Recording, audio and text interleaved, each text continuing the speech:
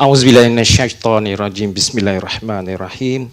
Alhamdulillahirabbil alamin wassalatu wassalamu ala asyrafil anbiya'i wal mursalin sayyidina Muhammadin wa ala alihi washabbihi ajma'in. Rabbi shrah li sadri wa yassir li amri wahlul 'uqdatam min lisani yafqahu qawli. Alhamdulillah kita dapat berkumpul pada petang ini dalam suasana majlis keilmuan, dan saya bersyukur kehadrat Allah SWT kerana Jawatankuasa memberikan kepercayaan kepada saya untuk bersama-sama kita membicarakan suatu tajuk yang saya fikir penting, yang dinamai sebagai cabaran dan masa depan orang Melayu. Saya tentunya ada sedikit pandangan dan saya nak betulkan sedikit tajuk ini, kita ubah sikit je menjadi cabaran dan masa depan umat Melayu. Kalau orang ni banyak orang lah kan, umat Melayu itu dia mempunyai konsepnya yang tersendiri.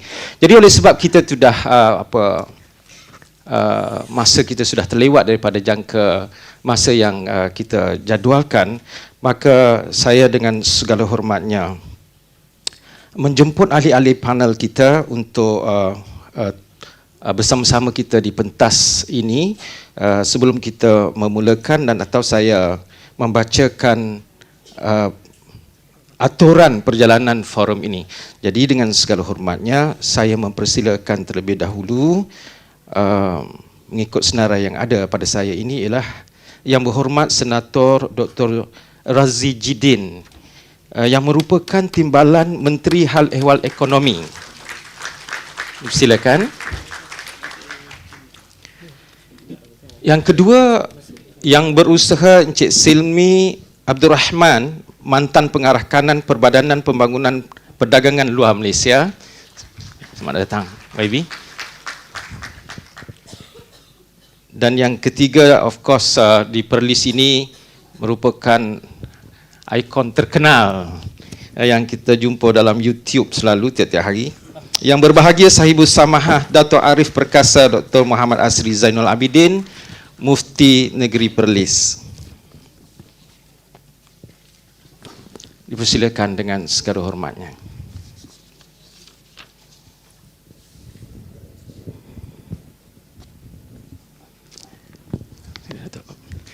Can you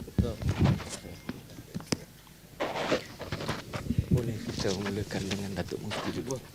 Boleh. Kemudian kedua ni. Bagi base. Okey.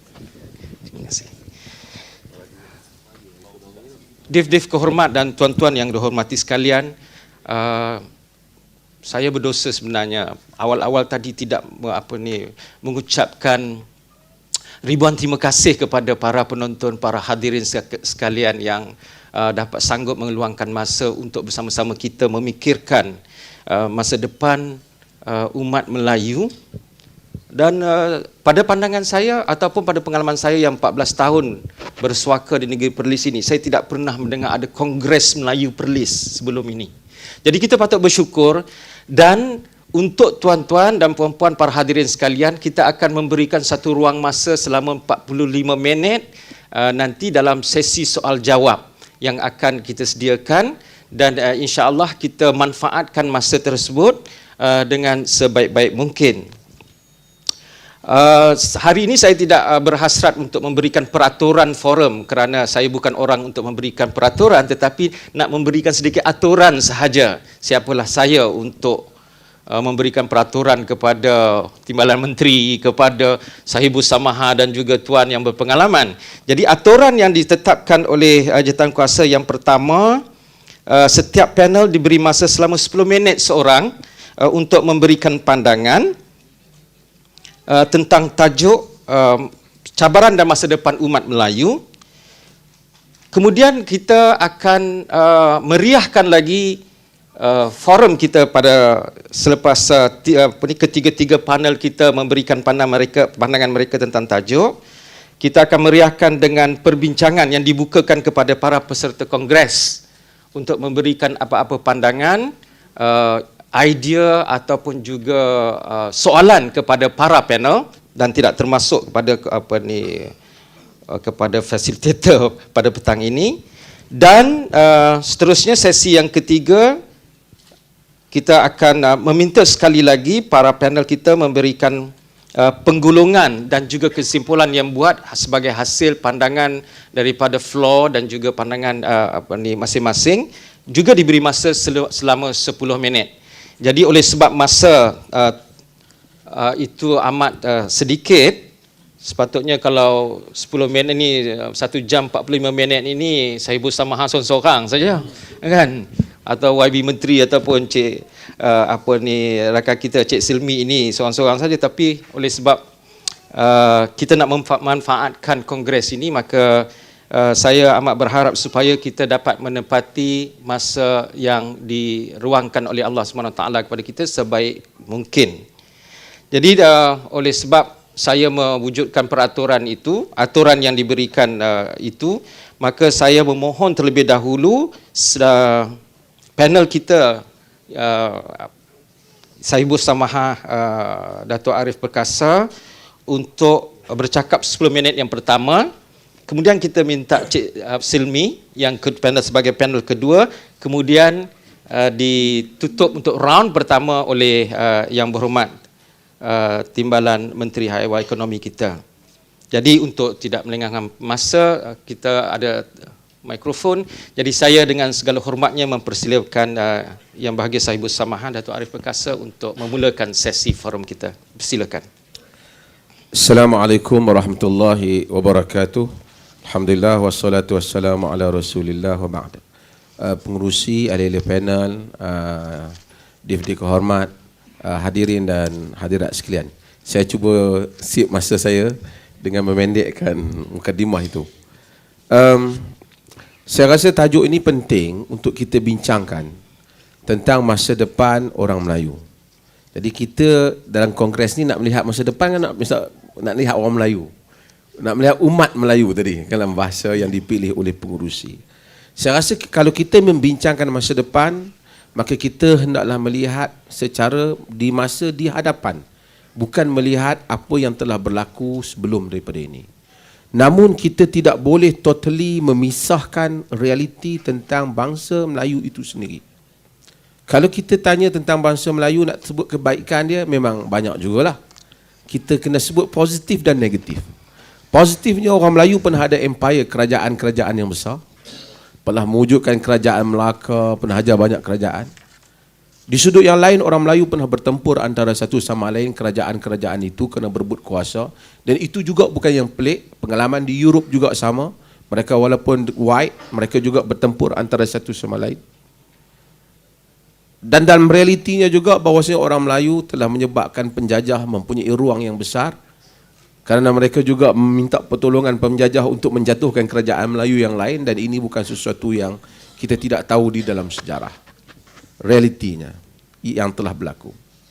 Dari segi penulisan orang Melayu, sejarah orang Melayu juga, di samping kehebatan banyak cerita-cerita dalam masyarakat Melayu yang suka bercerita, tapi kita tidak ada manuskrip yang kuat. Kita ada Salatus Salatin yang merupakan Salatus Salatin, silsilah itu, yang merupakan satu penulisan satu-satunya saya rasa sejarah Melayu, Tun Sri Lanang, dan siapakah Tun Sri Lanang itu juga tidak begitu jelas. Dan apakah boleh bergantung 100% pada apa yang Tun Sri Lanang cerita juga tidak begitu jelas. Tapi tidak mengapa, itu bukan faktor yang menyebabkan orang Melayu mesti mundur. Kita kena cerita realiti itu. Dan dari segi realitinya juga, orang Melayu dahulu telah dituduh malas oleh penjajah-penjajah dan kaum yang datang. Dituduh.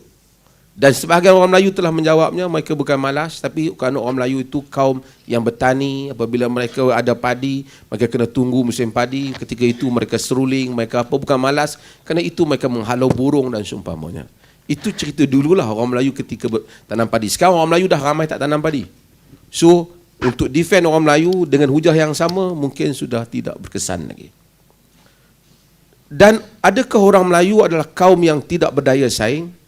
Untuk kita nafikan, untuk secara adil kita kena nyatakan orang Melayu mungkin buat masa ini adalah merupakan antara kaum yang terbaik di dalam mempersembahkan Islam pada dunia pada masa ini.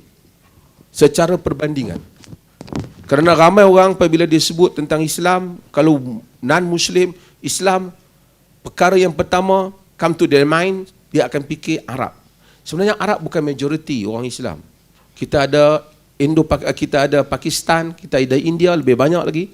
Kita ada Afrika dan orang Melayu antara kaum yang banyak. Arab sebenarnya tidak begitu banyak secara kaum. Sebab tu baca John Esposito tulis Who Speaks for Islam. Dia kata ramai orang salah. Dia sangka Arab itu majoriti Muslim. Tak. Melayu lebih banyak. Dan sebab itu kita kena tahu orang Melayu, watak Malaysia pada kerangka dunia sekarang, kedudukan Malaysia dianggap sebagai contoh hatta di sisi orang Arab sendiri. Tapi ada tak masalah orang Melayu? Apa masalah orang Melayu? Saya rasa bukan masalah orang Melayu hidup di tanah Melayu ini, ataupun kita banyak lagi rumpun Melayu di Indonesia dan seumpamanya. Masalah orang Melayu apabila dia memikirkan pihak yang bersaing dengan dia, kaum yang bersaing dengan dia. Dengan mudah kita cakap dalam kongres ini, kita fikir tentang kaum Cina, kita fikir tentang kaum India dalam konteks Malaysia. Kalau tak ada pesaing-pesaing itu, mungkin kita pun tak buat kongres. Tapi oleh kerana kita memikirkan pesaing yang kita rasa memberikan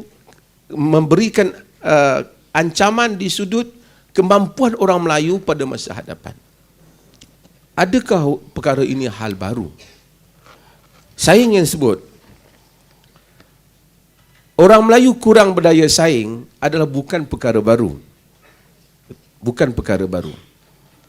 Syed Sheikh Al-Hadi pada tahun 20-an lagi telah mengkritik tentang orang Melayu dengan membandingkan pada orang Cina. Kata Syed Sheikh Al-Hadi sebagai tokoh, penulis, dan kebanyakan orang Melayu ketika itu ramai bernama anak Faridah kena membaca hikayat Faridah Hanum, Syed Sheikh Al-Hadi yang dianggap sebagai tokoh reformis besar dalam alam Melayu.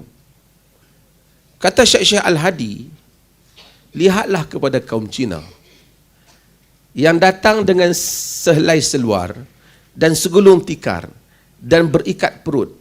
Hasil dari pertolongan orang-orang besar dan orang kaya, mereka menjadi tuan-tuan tanah dan orang-orang yang memiliki kekayaan di tanah air kita ini. Bahkan Syekh Al-Hadi telah menyuruh orang Melayu melihat kepada Jepun ketika belum lagi ada dasar pandang ke timur, supaya orang Melayu dapat bersaing dengan orang lain yang datang ke tanah air mereka. Katanya kan orang Melayu begitu membiarkan ketika itu. Ini saya quote Syekh Al-Hadi. Dia kata membiarkan dalam konteks Syekh Al-Hadi itu sultan-sultan mereka berleluasa menggunakan harta tanpa memajukan bangsa mereka sendiri. Sehingga Syekh Al-Hadi tak boleh masuk ke negeri-negeri yang bersultan. Itu tulisannya. Za'ba yang kita agungkan dia telah menulis buku Perangai Bergantung kepada Diri Sendiri. Bukunya yang tulis itu mengkritik orang Melayu. Ketika Za'ba menulis itu, buku itu diharamkan pada zaman hayat Za'ba. Kemudian sekarang Dewan Bahasa mencetaknya semula. Profesor Engku Aziz, masa saya jadi mufti kali yang pertama dahulu, telah datang ke pejabat saya. Dia menghadiahkan buku itu. Dia kata, bacalah buku ini. Saya baca setahun banyak kali, dia kata.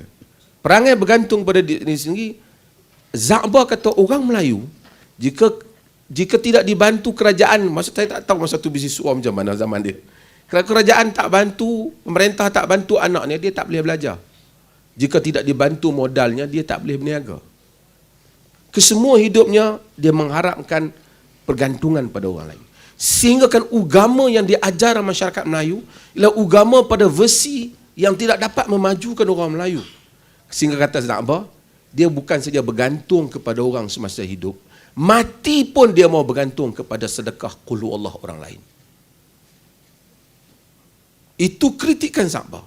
Dalam bukunya Perangai Bergantung kepada Diri Sendiri, Dewan Bahasa cetak. Okey. Ini semua saya nak sebut tentang realiti yang memang ada, bahawasanya kita patut mengkritik diri kita.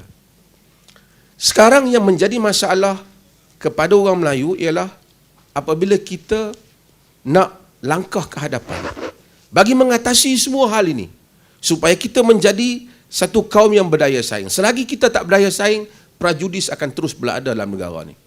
Kita akan sangka pada kaum lain akan sangka pada kita, dan kita tak puas hati pada mereka, mereka tak puas hati pada kita. Adakah orang Melayu ni betul malas? Ramai orang marah bila Perdana Menteri sebut, Yang Amat Hormat Perdana Menteri sebut kata malas. Tetapi kita tak nafikan ada orang Melayu rajin. Kalau tidak, tak ada lah kongres ni. Ramai profesor di universiti. Cumanya saya rasa secara perbandingan, kerajinan itu belum cukup.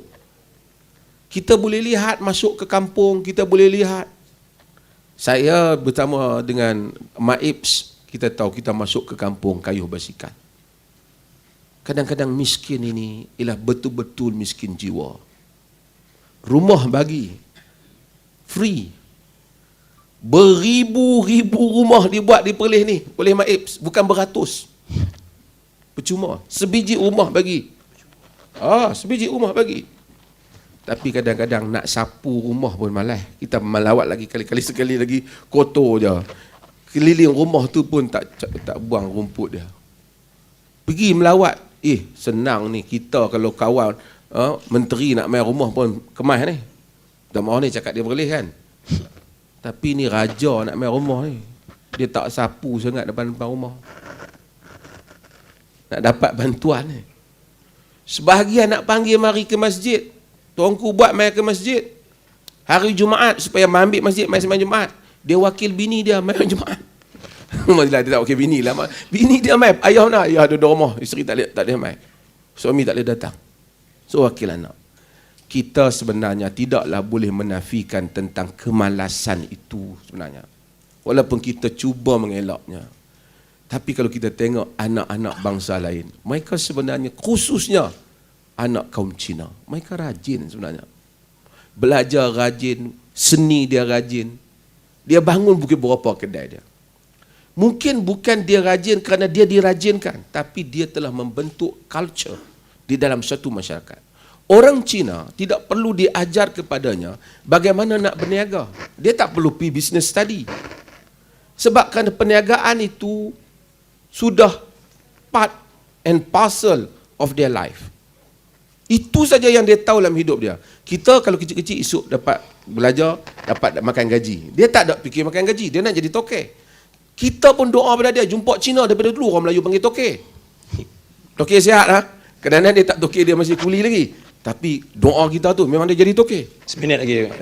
Seminit. So saya kata bahawasanya di dalam in terms of history, Cina telah mengenali mata wang ni, mata wang 5,000, 6,000 tahun yang lepas. Boleh tengok dalam sejarah mereka. Kita baru dulu kenal barter trade. Orang Melayu baru pegang mata wang. Yang ini baru. So semua isu benda ini memagari kita. Tapi adakah itu menafikan untuk kita tak boleh berdaya saing? Dia tidak. Kita mesti pertama berani memberitahu apa masalah kita dan berani untuk mengatasi masalah tersebut. Ini sebagai mukadimah lah. Terima kasih. Terima kasih yang berbahagia Datuk Arif Perkasa. Dan Datuk tadi menyebut bahawa ada sebuah buku yang perlu dibaca oleh semua umat Melayu yang bertajuk Perangai Bergantung pada Diri Sendiri, Zakbar. Pada masa saya di Dewan Bahasa pada tahun 1982, buku itu dah ada. Tapi berapa orang yang membacanya, berapa cetakan yang telah dibeli, saya rasa sejak dulu tu tak tahulah, sangat 10,000 tak habis. Itu masa saya di Dewan Bahasa dulu. Terima kasih bagi Datuk kerana memperingatkan kita supaya pertama belum membaca. Yang kedua, Datuk menyebut bahawa kesedaran untuk orang Melayu, kesedaran tentang rajinnya orang Melayu, kesedaran tentang tak berapa rajinnya orang Melayu sudah ada sejak dulu lagi, bukan sekarang. Jadi sebenarnya kita ini menyambung sejarah. Jadi sejarah yang kita nak sambung ini sama ada sejarah rajinnya kita ataupun rajin atau malasnya kita. Itu barangkali yang perlu kita fikirkan bersama-sama. Terima kasih bagi Datuk. Dan untuk menyambung pemikiran tadi, majlis dengan segala hormatnya mempersilakan Yang Berusaha Encik Silmi Abdul Rahman yang mempunyai pengalaman yang banyak tentunya, berdagang di luar negara dan berkongsi pengalaman dengan kita. Dipersilakan dengan segala hormatnya. Bismillahirrahmanirrahim. Pertama kali saya ingin mengucapkan terima kasihlah kepada penganjur, dan pertama kali saya adalah satu pentas dengan ahli agama yang membincangkan tentang ekonomi. Tak pernah saya berada satu pentas. Bermakna kongres hari ini cuba mendapat a balanced view, kan? Bukan hanya semata-mata pegawai ekonomi atau perdagangan saja, tetapi mendapat a balanced view of the development in totality. Satu. Kedua, saya rasa kecil di sini, kan? Rasa kecil di sini bersama-sama Timbalan Menteri dengan Saibul dan sifu-sifu saya di depan, kan? Akademia dan sebagainya. Saya rasa kecil dan saya bukan businessman, ya. Saya rasa kecil. Tetapi saya tak pernah rasa kecil yang saya declare bahawa saya datang daripada the 14 biggest state in Malaysia. Saya tak nak kata saya datang daripada smallest state in Malaysia, tapi saya datang daripada 14 biggest state in Malaysia. Andainya saya adalah pelari peserta triathlon, kan? Triathlon tak ramai orang ambil bahagian, berenang, cycling dan berlari. 3 orang ambil bahagian, dia menang yang ketiga, dia dapat nombor 3. Jadi kita dia menang nombor 3. Okey. Jadi dan juga walaupun kecil, tetapi tidaklah sekecil Singapura. Perlis ni 821 square kilometer. Singapura 721 kilometer. Lebih besar pada wilayah. Jadi kita adalah, tapi dia campurnya dengan Labuan. Besar? Okey. 13. Oh, terima kasih. Jadi sebagai sebuah negeri, kalau andainya Singapura berada dengan kita, boleh tak tercorotlah hari ini. Tapi size doesn't matter. Size doesn't matter bagi saya. Hari ini Unimap ni adalah universiti terbesar dalam dunia. Rata-rata daripada Padang Besar sampai ke Arau sampai Kuala Perlis. Cambridge pun tak sebesar ni, kan? Satu kawasan yang luas, maksudnya universiti yang kampus terbesar dalam dunia, saya rasa. Walaupun Cambridge is a town, Oxford tu ialah a university town. Ya. Ini kita kena terima kasih sebagai planner yang lebih awal. Saya ingat lagi menjadikan pendidikan sebagai planning utama negeri ini adalah dibuat oleh di zaman di zaman Cik Wali waktu MB. Makna Unimap kena terima kasih kepada Cik Wali lah. Ya. Arau tu jadi education center. Okay. Jadi kalau size doesn't matter, kita tengok saya suka nak bandingkan dengan Switzerland, kan? Dengan Holland, kan? Dengan Hong Kong, Dubai, kita kata UAE, saya kata Dubai, sebagai 7 daripada UAE states, kan? Mereka tak ada resources. Tak ada resources. Resources utama sesebuah negeri ialah the people, kan? Kita terpaksa terus develop the people. Negeri boleh tak banyak resources, kan? Tapi kita jadi betul lah planner kita dulu develop boleh ni menjadi pusat pendidikan, especially PAUH ni, ya. Dan bila kita develop orang, kan, kita sendalah develop orang yang berinovatif. Israel, mungkin isu hari ini tak suka cakap Israel, tapi kita ambil konsep ekonominya. Bila dia terkepung di dalam peperangan 1974 dulu, dia cuba belajar macam mana keluar di kepungan tersebut. Hari ini, dia invest a lot dalam innovation yang melibatkan big data, Internet of Things, dan juga artificial intelligence.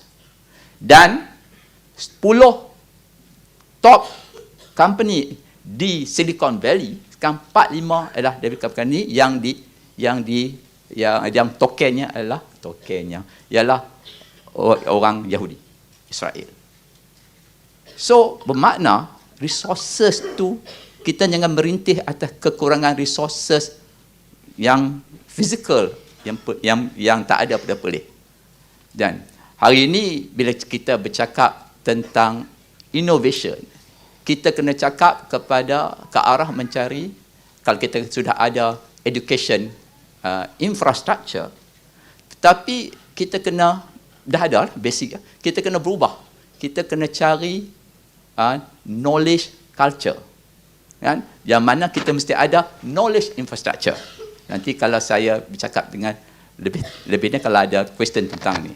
Jadi barulah boleh dapat mendepani cabaran dalam membangunkan ekonomi. Ya, ekonomi. Nombor dua, apa yang saya cakap ni mungkin canggih-canggih ni ada canggih yang lama, yang kadang-kadang ada yang lama. Tetapi kalau kita nak berekonomi, nak kembang, kita tak ada pilihan untuk keluar negara.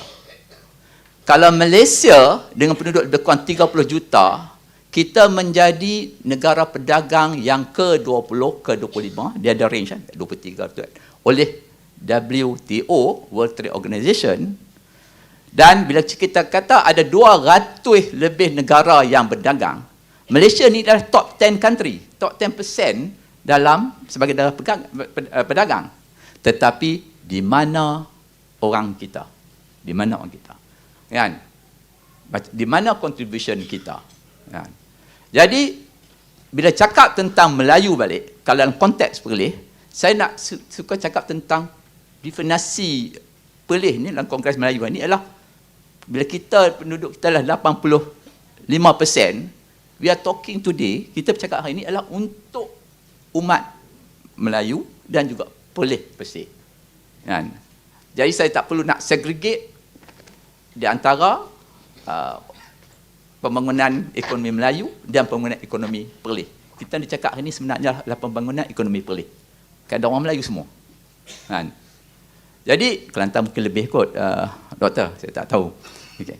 Jadi bila kita nak move forward, bila kita dah develop human capital tadi, kan? Development of people tadi, kita kena tengok the new industry. Untuk international ni tak perlu kita, kalau zaman dulu, ya, kita perlu keluar berdagang, waktu zaman Melaka ke, dan juga ekonomi sebelum 90-an, kita kena keluar berdagang.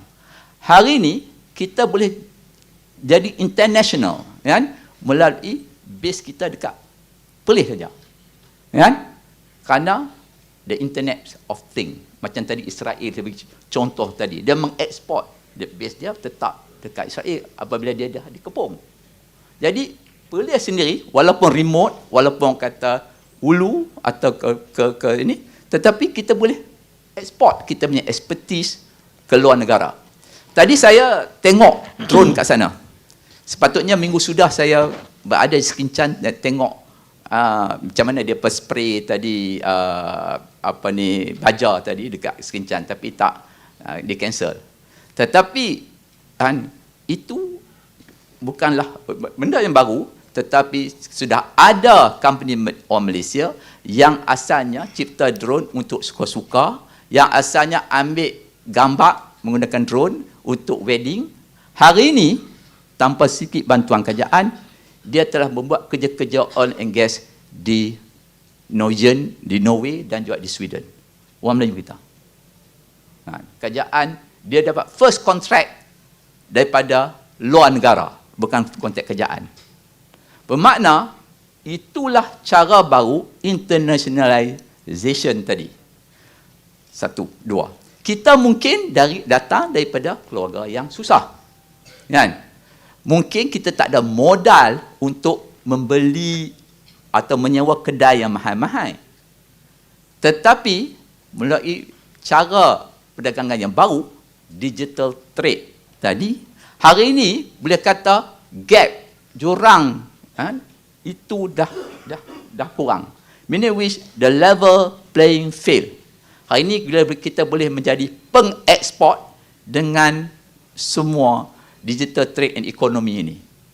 Dalam digital economy ada 3 aspek penting yang kita kena kuasai. Seminit lagi, Doktor. The marketplace, the fulfillment, logistik, dan juga e-payment.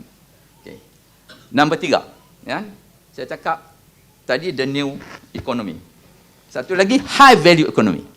The high value economy pula, kan, tanpa resources, saya nak zero in pada Perlis sikit.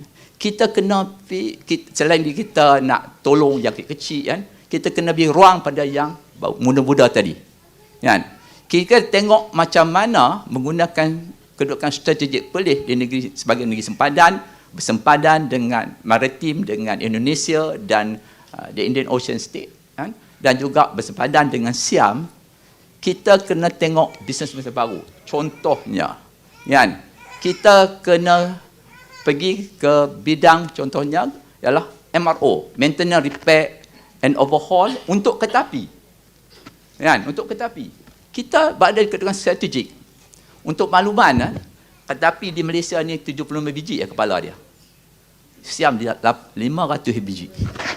Many wish untuk hub ASEAN MRO, kan.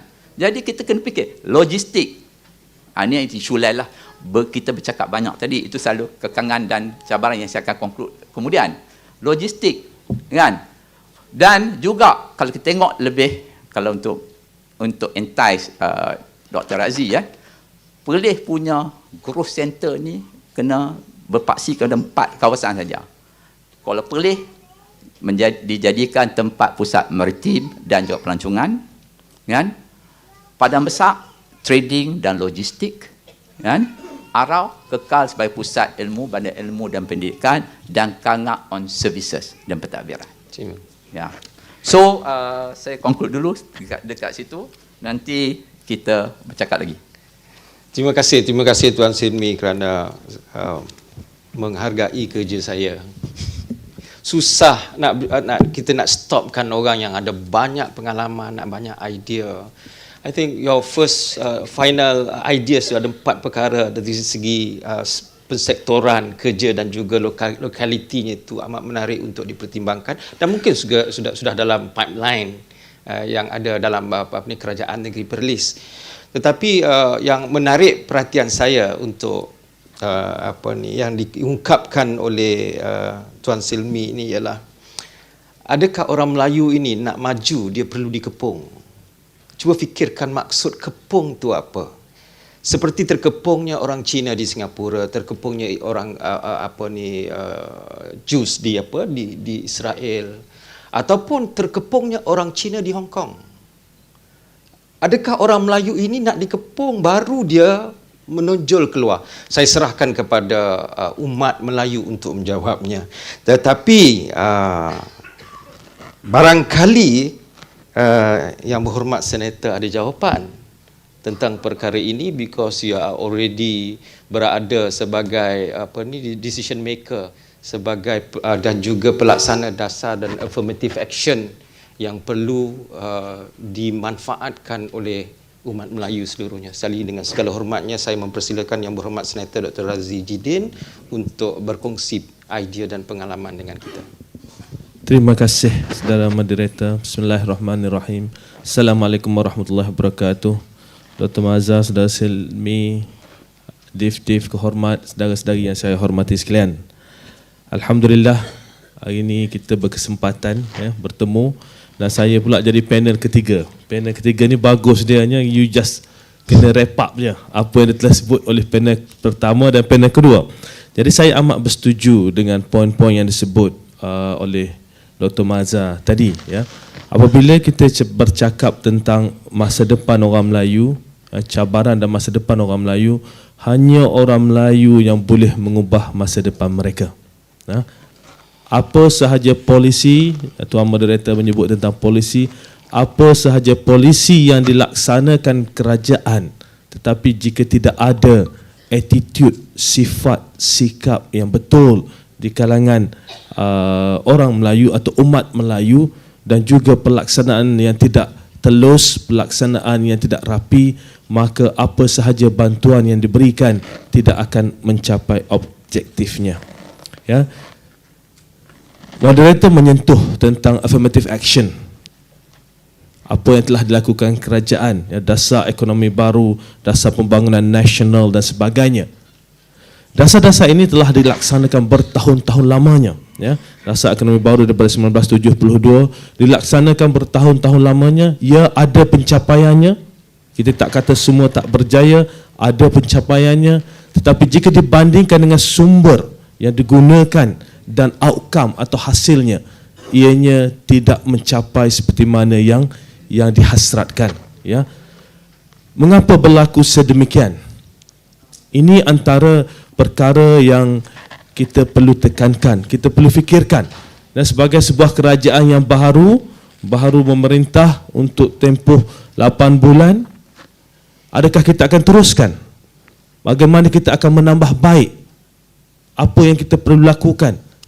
Jadi sebab itulah kami di Kementerian Hak Ehwal Ekonomi khususnya, ya, antara perkara pertama yang dilakukan dan diminta oleh Yang Amat Berhormat Perdana Menteri untuk kami laksanakan adalah untuk mengadakan Kongres Masa Depan Bumiputera dan Negara. Itu benda pertama, itu program besar pertama yang dilaksanakan oleh Kementerian Hak Ehwal Ekonomi selepas kementerian ditubuhkan. Ya, untuk menggabungkan semua NGO yang berkaitan, individu-individu, ahli-ahli perniagaan untuk mendapat gambaran. Dan program pada hari ini adalah salah satunya. Ya, seperti disebut oleh Saudara Wan Saiful tadi, jangan cakap banyak, kita nak dengar daripada hadirin, ya, input yang kita boleh gunakan untuk bersama-sama memastikan satu pelan tindakan, satu pelan pembangunan agenda Melayu yang jauh lebih baik. Dalam ucapan pada Perhimpunan Agung Bersatu tempoh hari, Yang Berhormat Presiden Tan Sri Muhyiddin Yassin ada menekankan tentang konsep yang kita panggil kemakmuran bersama secara saksama. Ya, kemakmuran bersama secara saksama. Kemakmuran bersama secara saksama ini secara umumnya ingin membawa seluruh masyarakat tanpa mengira kaum, tanpa mengira wilayah, tanpa mengira kasta, kedudukan, kelas dan sebagainya, untuk bersama-sama dalam ekonomi, pembangunan ekonomi negara, dan supaya mereka tidak terus ketinggalan. Dalam mencapai, ya, proses apa yang kita panggil kemakmuran bersama ini, ekonominya perlu bertumbuh. Perkongsian sesuatu itu boleh dikongsi bila ada hasilnya. Kalau tak ada hasil, nak kongsi apa? Kalau tidak ada pertumbuhan, maka untuk berkongsi, untuk memberi lebih sedikit pada satu pihak yang lain, kita perlu ambil dari satu pihak lagi. Ya. Tapi dalam satu perkongsian bersama yang disebut oleh Yang Berhormat Tan Sri Muhyiddin Yassin, apa yang ditekankan adalah kita tekankan kepada pembangunan ekonomi. Tapi pada masa yang sama, distribution atau pembahagian itu dilihat atau dibentuk supaya ianya menjadi lebih saksama. Jadi Dr. Mazhar tadi menyebut, ya, sejarah bagaimana orang Melayu pernah mencapai kegemilangan, membentuk empayar, mengembara di seluruh dunia. Ya, kita dengar kisah Awang Hitam dan sebagainya. Tapi saya ingin sentuh sedikit, ya, pembangunan ekonomi atau penglibatan orang Melayu dalam bidang ekonomi. Jika kita ingat semasa British, ya, mula ke tanah Melayu, dasar pecah perintahnya, maka penglibatan orang Cina khususnya di kawasan bandar, ya, di kawasan-kawasan Lombong dalam bidang ekonomi. Dan saya bersetuju dengan Dr. Mazhar sebut tadi, perniagaan adalah sebahagian daripada hidup mereka. Ya, ratusan tahun lamanya, termasuklah yang datang ke tanah Melayu, yang datang ke Malaysia. Jadi apa yang dibentuk, ya, kepakaran, wealth creation, kekayaan ini telah dibentuk puluhan dan ratusan tahun lamanya. Tapi orang Melayu, jika dilihat dari sudut cara hidup, lebih dalam bidang pertanian, ya, mengusahakan padi, mengusahakan tanaman dan sebagainya, penglibatan mereka dalam bidang ekonomi adalah agak lambat. Ya, penglibatan ini hasil daripada dasar ekonomi baru khususnya, maka ada peningkatan penglibatan walaupun belum mencapai tahap yang dihasratkan. Tapi apa yang kita perlu lihat jika kita kaji balik, ya, apabila base-nya berbeza, asasnya berbeza. Orang Melayu masih jauh ketinggalan dari segi ekonomi. Base-nya terlalu kecil, asasnya terlalu kecil. Maka sebarang peningkatan pada satu asas yang kecil, jumlah peningkatan tersebut adalah amat kecil, amat minima. Saya bagi contoh ya. Dr. Maza ada RM10, saya ada RM100. Kami diberi peluang yang sama untuk mengembangkan perniagaan dan sebagainya. RM10, RM100. Jika saya berjaya meningkatkan perniagaan saya sebanyak 100%, maka nilainya akan menjadi 200. Dr. Maza meningkatkan perniagaannya by 100% juga, nilainya RM20. Dia tingkatkan 200% pun, nilainya baru RM30. Dia tingkatkan 400% pun, nilainya baru RM40. Bagaimana apabila base itu, dasar atau asas itu terlalu jauh, nak kejarnya perlu satu usaha yang betul-betul kuat dan menyeluruh. Sebab itulah apabila kita tengok, kita menyebut tentang negara China. Saya baru selesai membaca sebuah buku tentang Ren Zhengfei. Ren Zhengfei ini adalah founder, pengasas produk Huawei. Telefon tu Huawei, apa orang pronounce Huawei Okey. Dia menceritakan bagaimana daripada awal ni Ren Zhengfei ni, anaknya ditangkap di Kanada tempoh hari kerana dikatakan membuat espionage di Kanada, diceritakan bagaimana dia ni ingin membangunkan produk digital. Asalnya tak ada modal, asalnya tak ada market, dan dia perlu bersaing dengan pasaran luar. Mereka dari Amerika Syarikat, company-company besar, tidak ada asas. Jadi mereka bangunkan satu produk analog.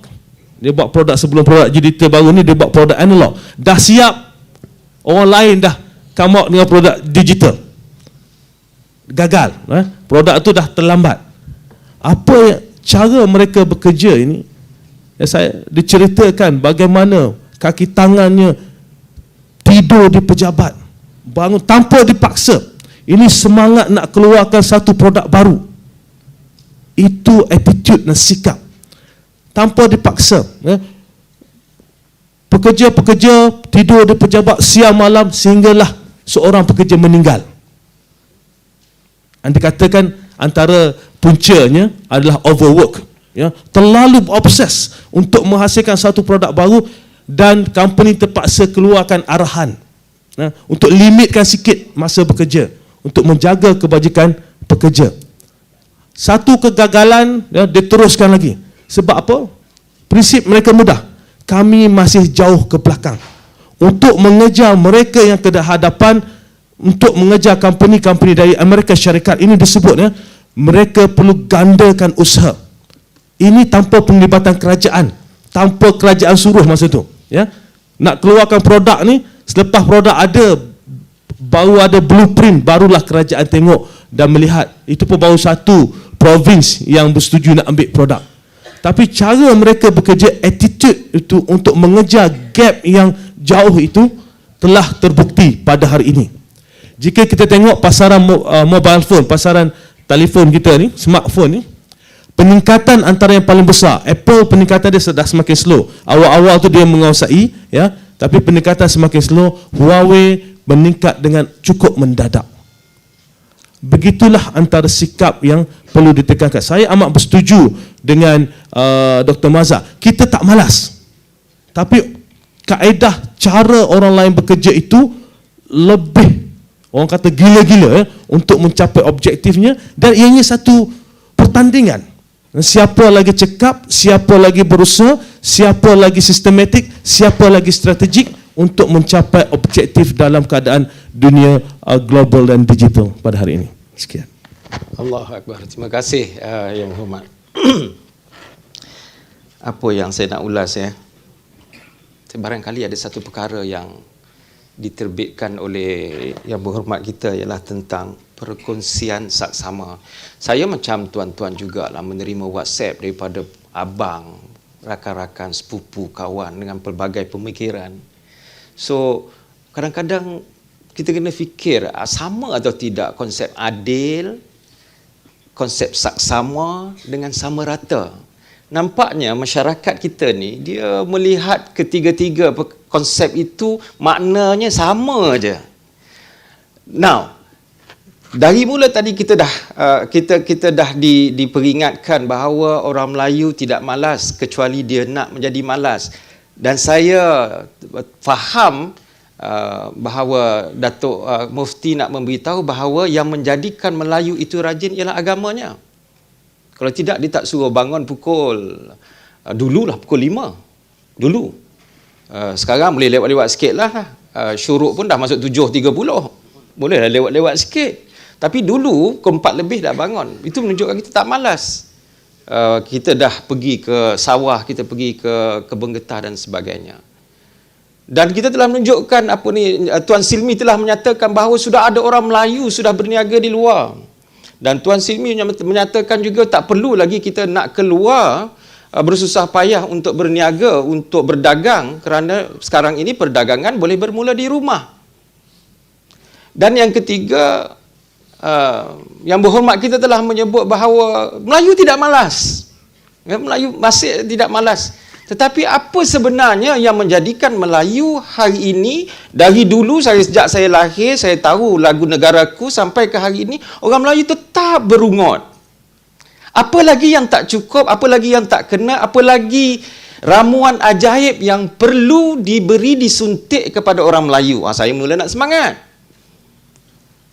Jadi semangat itu dan suntikan itu kita nak dengar daripada Dev Kehormat, daripada tuan-tuan. Tetapi saya mendapat signal pula, kita kena berhenti 3.45. So saya benarkan, saya izini sebagai pengatur sahaja. 2 soalan sahaja. Satu soalan daripada orang senior yang saya hargai, yang datang bersama-sama kita hari ini. Orang senior. Dan satu soalan saya mohon daripada anak muda. Satu soalan yang kita rasakan bahawa apa lagi yang perlu kita buat untuk orang Melayu. Dia soalan yang boleh ditanyakan kepada ahli panel kita, dan aturannya ialah tolong sebut nama dan kepada siapa soalan itu ditujukan. Jadi buat sementara waktu satu soalan daripada senior dan satu soalan daripada anak muda. Betul-betul soalan yang, kalau boleh soalan yang berapi lah, yang tak boleh dijawab oleh guru kita lah, yang 3 orang ni, untuk menyelesaikan masalah Melayu. Silakan dengan segala hormatnya. Saya nak sebut bapak-bapak tak boleh, abang-abang senior kita untuk bertanya satu soalan. Kita ada 5 minit untuk dijawab soalan 1, 5 minit soalan 2. Dipersilakan dengan segala hormatnya. Mikrofon ada di atas sebelah kiri.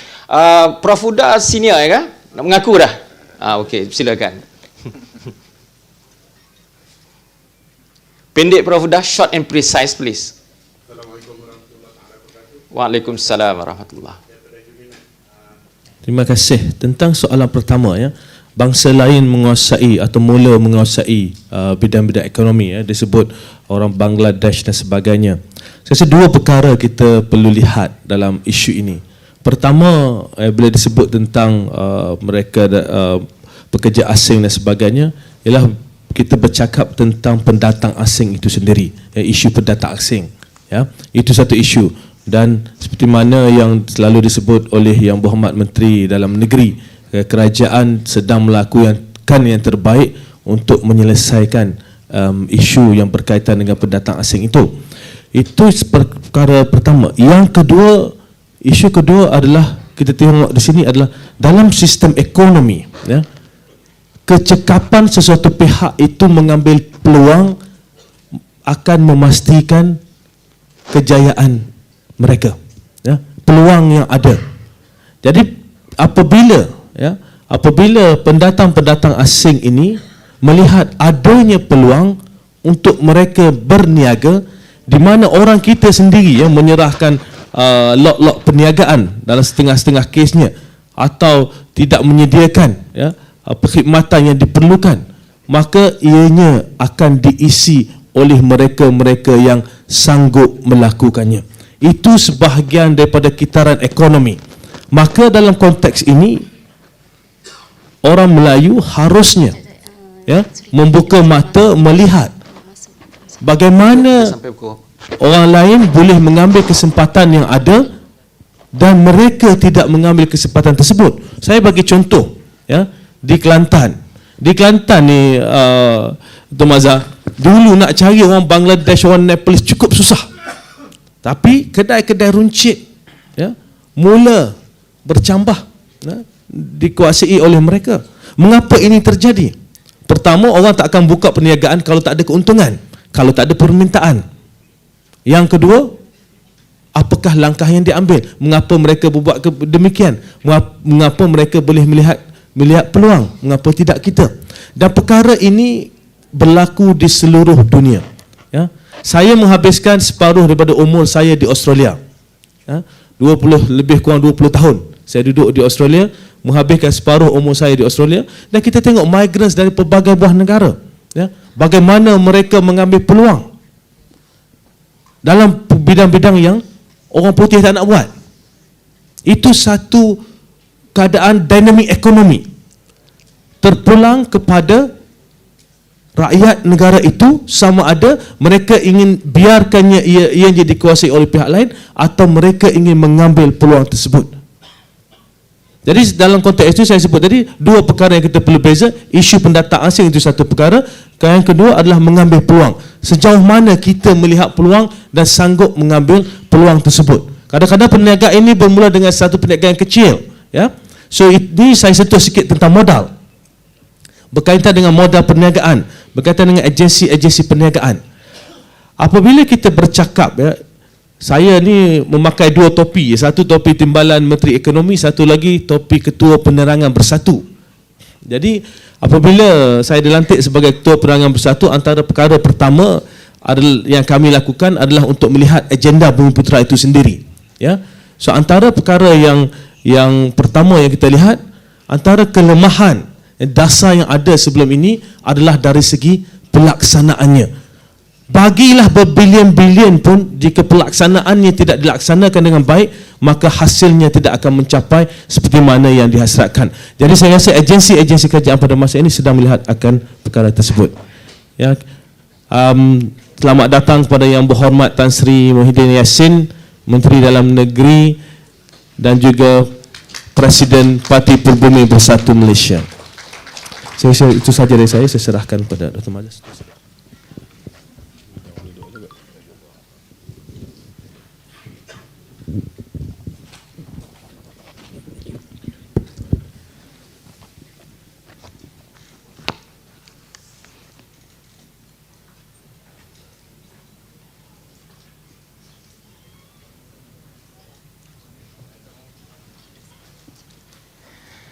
Untuk pengetahuan yang berhormat Tan Sri, ini merupakan forum pertama kita yang membincangkan tajuk cabaran dan masa depan umat Melayu. Alhamdulillah, kita sudah ada sesi yang pertama yang dikupas oleh ahli panel kita. Sekarang ini kita sedang masuk sesi kedua untuk menjawab dua soalan. Satu soalan daripada senior, satu soalan daripada generasi muda orang Melayu yang berada bersama kita hari ini. Dan nampaknya kita tidak mempunyai masa yang agak banyak, jadi saya nak serahkan sesi ini kepada jawapan ataupun respons kepada soalan yang kedua tadi. Dan saya serahkan kepada Yang Murti dulu. Bismillahirrahmanirrahim. 3 minit ya Murti. Terima kasih. Saya nak sebut dua perkara tentang masalah orang Melayu. Orang Melayu terlalu terikat dengan dua ni dalam hidup dia. Pertama politik, keduanya masalah agama. Dari segi politik, kita ambil peranan ahli-ahli politik Melayu kadang-kadang berbeza dengan bangsa lain. Kalau jadi wakil rakyat, apa yang orang Melayu mahu daripada wakil rakyat? Rakyat dia kena datang tengok orang sakit, kena datang kenduri bagi duit, kena datang banyak kerja-kerja yang akan menyebabkan kalau 10,000, 20,000 gaji wakil rakyat pun tak cukup. Jadi wakil rakyat terpaksa fikir hal lain. Dia sentiasa fikir nak ambil hati pengundi dia. Dia bukan berfikir bagaimana dia nak memajukan pemikiran dari kawasan dia. Jadi kalau kenduri kena datang, orang mati dia kena pergi. Padahal itu bukan tugasan hakiki. Jadi inilah yang menyebabkan satu bebanan kepada orang-orang ahli-ahli politik Melayu, kerana politik ambil hati. Maka untuk melakukan reform, kita mesti melakukan benda yang barangkali sebahagian orang tak suka. Tapi ini tidak berlaku di dalam politik Melayu, tapi dia mungkin berlaku dalam politik bangsa lain. Bangsa lain kita tak banyak fikir, dia kena salam kenduri. Allah tengok-tengok 5-10 ringgit. Dia tak boleh. Dia tak ada budaya itu. Kita kuat. Ini akan divert. Sebab itu ramai orang yang kaya dalam sisi yang lepas boleh jadi wakil ayat. Jadi dia nak tengok wakil ayat ni ada duit ke tak. Sebab tu yang popular walaupun tak banyak idea, dia sentiasa menang. Yang kedua ialah agama. Adakah agama benar-benar berperanan di dalam masyarakat Melayu, memajukan Melayu ataupun memundurkan Melayu? Bukan Islam itu. Islam, we have no problem dengan Islam. Tapi yang ada masalahnya ialah cara interpretasi Islam. Tadi saya bincang. Banyak juga penafsiran-penafsiran agama yang tidak menyebabkan Melayu melangkah ke hadapan. Kita banyak isu-isu harta. Kalau belum lagi bincang isu harta wakaf, beli harta pusaka, semua tu berkaitan dengan agama yang stuck. Tak boleh pergi ke hadapan harta-harta orang Melayu. Semua atas nama agama. Dan banyak lagi isu-isu yang orang Melayu rasa tak boleh buat. Padahal kalau diluaskan perbincangan, dilihat kepada dimensi yang lebih luas, orang Melayu boleh buat. Agama tidak patut menjadi faktor yang menghalang kemajuan mereka. Dua perkara ini, interpretasi baru terhadap politik dan interpretasi baru terhadap perspektif agama yang lebih luas, mudah-mudahan dapat memajukan bangsa Melayu. Terima kasih. Satu Tuan Silmi yang saya rasa perkara ini penting ya, bagaimana agensi kerajaan ni, sebab Tuan Silmi dari agensi boleh memudahkan cara untuk membantu, menyokong, mendukung usahawan muda, generasi muda. Bukan mempersulitkan. Kita ada perkataan yasir wala tu'asir tu, kalau boleh diamalkan di jabatan kerajaan. Apa pandangan? Terima kasih. Sekarang ni saya dah tak bekerja di agensi kerajaan, tapi nak share pengalaman. Tapi saya nak balik kepada soalan pertama tadi, tentang sejarah dulu sebelum saya menyentuh soalan modal. Saya tarik pada modal. Sejarah, kita belajar sejarah, tapi kita tak ambil iktibar di sejarah. Kitalah orang Melayu sendiri yang menodai sejarah tentang kemunduran kita. Kita tak jujur pada diri kita sendiri, kita menyeleweng dan sebagainya di berbagai peringkat, daripada bawah sampai atas. Kan? Saya tak ada bagi, tak perlu saya bagi contoh-contoh yang nyata. Tetapi kita mungkin ada kepentingan, tetapi kita tak meletak self before nation, or terbalik, nation before self. Tetapi kita terlalu tamak kepada keduniaan. Satu, modal. Betul, modal penting. Modal untuk orang muda berita penting. Tetapi kita tak bersungguh-sungguh untuk mencari modal untuk tujuan yang benar. Hari ini kalau kita tengok bagaimana orang Melayu ditipu oleh pelbagai scam. Banyak scam-scam. Swiss Gold, Pak Mantelo dari dulu-dulu, berapa puluhan. Macam mana pula berbilion duit orang Melayu dia boleh cari untuk melaburkan ke dalam bidang-bidang ini. Sedangkan untuk mencari duit untuk berbisnes, kita tak berusaha semacam tu untuk kita bangunkan bisnes yang genuine.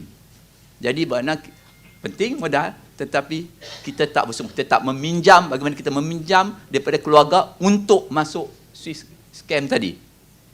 Kan? Itu tengok statistik, berbilion, dan kebanyakan adalah daripada duit-duit orang Melayu. Terima kasih. Saya ada masa 4 minit saja lagi untuk wrap up forum kita. Saya yakin bahawa forum yang hanya mengambil masa tak sampai 1 jam ini tidak akan membawa kita ke mana-mana. Tetapi nampaknya ahli panel forum kita dapat sekurang-kurangnya menyedarkan saya kepada beberapa perkara. Yang pertama, kita perlu bersetuju bahawa secara genetiknya orang Melayu memang tak malas. Apatah lagi apabila setelah datangnya Islam itu. Tetapi yang menjadikan kita, sebahagian daripada kita yang masih lagi terpinggir, yang tertinggal, barangkali ialah kerana usaha.